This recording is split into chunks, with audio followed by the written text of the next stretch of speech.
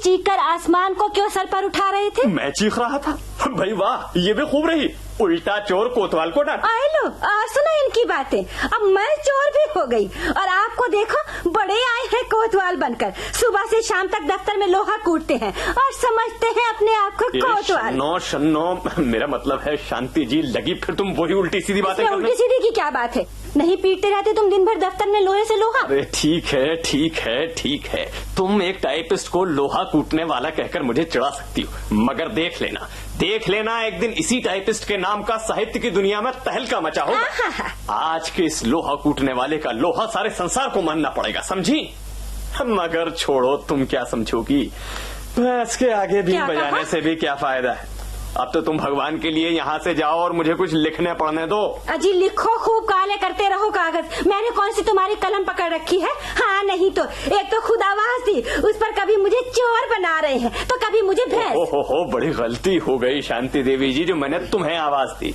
अब मुझे उसके लिए माफी दे दो, मेरा मूड खराब मत करो। हाँ मैं तो जानू हूँ, मुझसे बात करने में तुम्हारा मूड खराब ही होता है, पर कान खोलकर सुन लो, मेरे भी काले कुत्ते ने नहीं काटा कि बेकार में तुमसे अपने भेजे के ठीकरे करूंगी। मैं जा रही हूँ पड़ोस में धन्नो की माँ के पास, तुम बैठे रहो इन कागजों में सर दिए। हाँ बाबा जाओ, जरूर जाओ, मुझे कुछ देर के लिए अकेला छोड़ दो।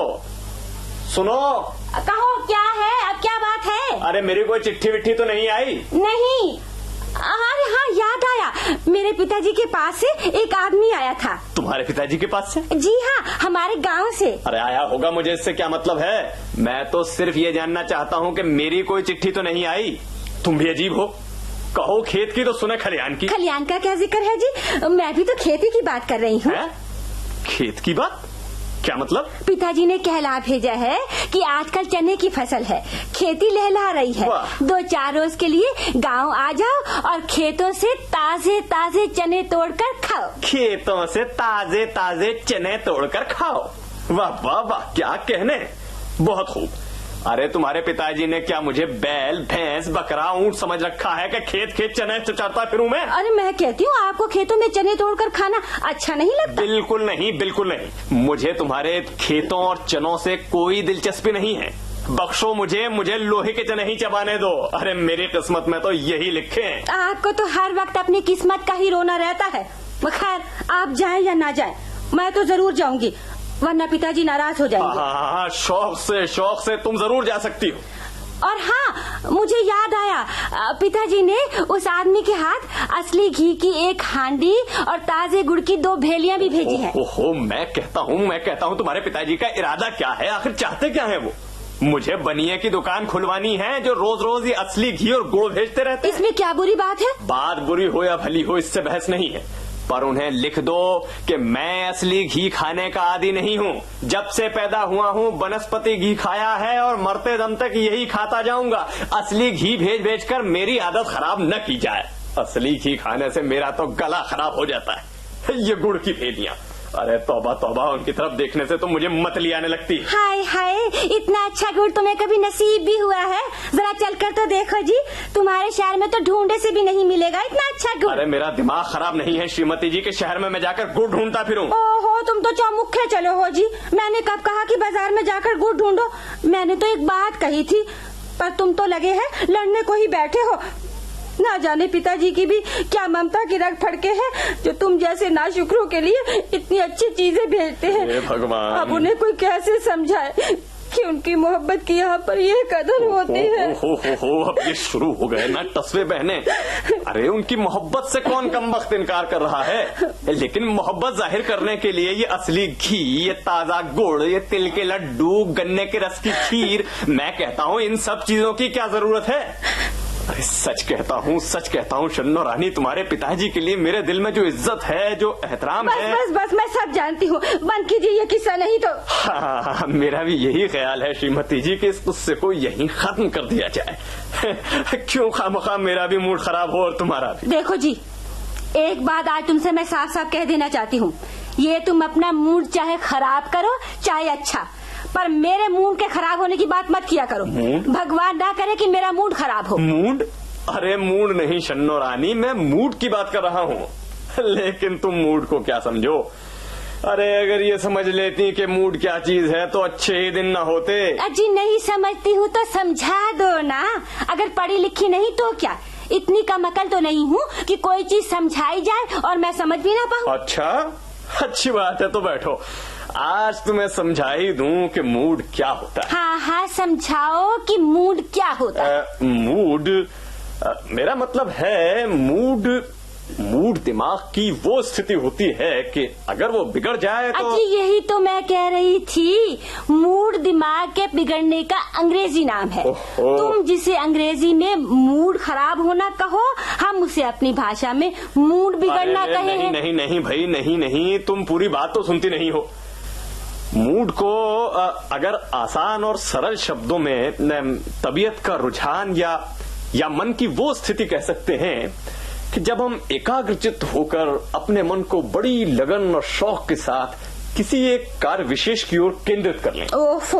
अब जैसे फर्ज करो, तपती दोपहरी में हम तुम ऊपर बरसाती में बैठे हो, मैं तुम्हें एकटक निहार रहा हूं और तुम पसीनों में तरबतर बैठी अपनी धोती के पल्ले से हल्के हल्के अपने को हवा कर रही हो।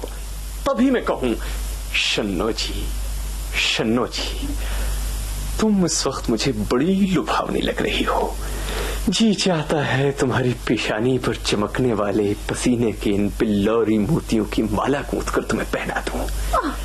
तुम्हारे पल्लू के हिलाने से जो भीनी भीनी हवा निकल रही है, इसमें आओ हम तुम मुड़कर आसमानों को छू जाएं। तो जानती हो इसका मतलब क्या होगा? इसका मतलब होगा कि मैं इस वक्त मूड में हूँ, रोमांटिक मूड। कौन समझदार आदमी तुम्हारी बातें सुनकर नहीं कह देगा कि इनका मूड फिर गया है। अभी तो नहीं, लेकिन अगर तुम्हारा साथ रहा तो जरूर एक दिन ये मूड फिर जाएगा। जाओ बाबा जाओ, तुम नहीं समझ सकोगी कि मूड क्या होता है। मैं हारा, तुम जीती महारानी। मैं तो पहले ही कहती थी कि तुम कुछ समझा ही नहीं सकते हो। रही बात मूड फिरने की, वो तो भगवान ही जाने है कि किसका मूड फिरेगा, तुम्हारा या मेरा। पर तुम अपना मूड अच्छा करते रहो। मैं तो कुछ दिन के लिए अपने पिताजी के पास गांव जाकर रहूंगी। हाँ जरूर जाओ, मेरी तरफ से पूरी इजाजत है श्रीमती जी। पर खाली हाथ थोड़ा ही जा सकूं हूँ, कुछ रुपए पैसे का भी तो बंदोबस्त होना चाहिए। लाओ निकालो रुपए, मैं आज ही चली जाऊंगी। लेकिन मेरे पास तो अभी कुछ भी नहीं है श्रीमती, यही कोई बस 5-7 रुपए पड़े होंगे, इसमें पूरा महीना निकालना है। ये तो मैं जानती हूँ, मेरे नाम के तुम्हारे पास कभी पैसे नहीं होते, पर अगर मुझे भेजना है तो रुपयों का इंतजाम करना ही होगा। अरे इंतजाम तो मैं सब कर दूं, लेकिन तुम करने दो तब ना। अब सुबह से बैठा हूँ, एक लाइन नहीं लिख सका। अरे अगर तुम मुझ पर कृपा करो भवानी तो रुपयों के ढेर लगा दूं।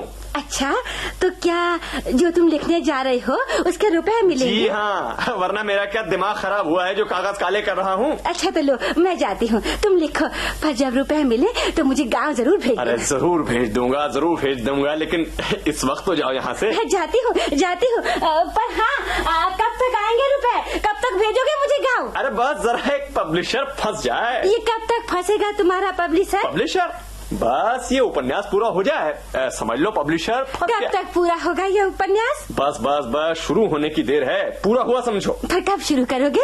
अरे कोई अच्छा सा थीम मिल जाए तो शुरू कर दूंगा। पर ये अच्छा सा थीम कब तक मिलने की उम्मीद है तुम्हें? थीम की बात तो बस वही मूड पर है शन्नो रानी। जब जरा मूड आया कि थीम सूझा। मूड, फिर वही कमबख्त मूड। अरे मूड नहीं शन्नो जी, मूड। मैं सब जानती हूँ, जिसे तुम अंग्रेजी में मूड कहो हो उसे हम अपनी भाषा में मूड कहते हैं। हो, अरे अब तुम्हें कैसे समझाऊं? अजीब, बस समझा लिया। जो बात तुम खुद नहीं समझते हो मुझे क्या समझाओगे? अच्छा मैं चली रसोई में, वरना कहोगे मूड खराब। अरे हाँ, जाओ, वरना सचमुच मेरा मूड खराब हो जाएगा। मूड नहीं, मूड। अरे हाँ बाबा, मूड।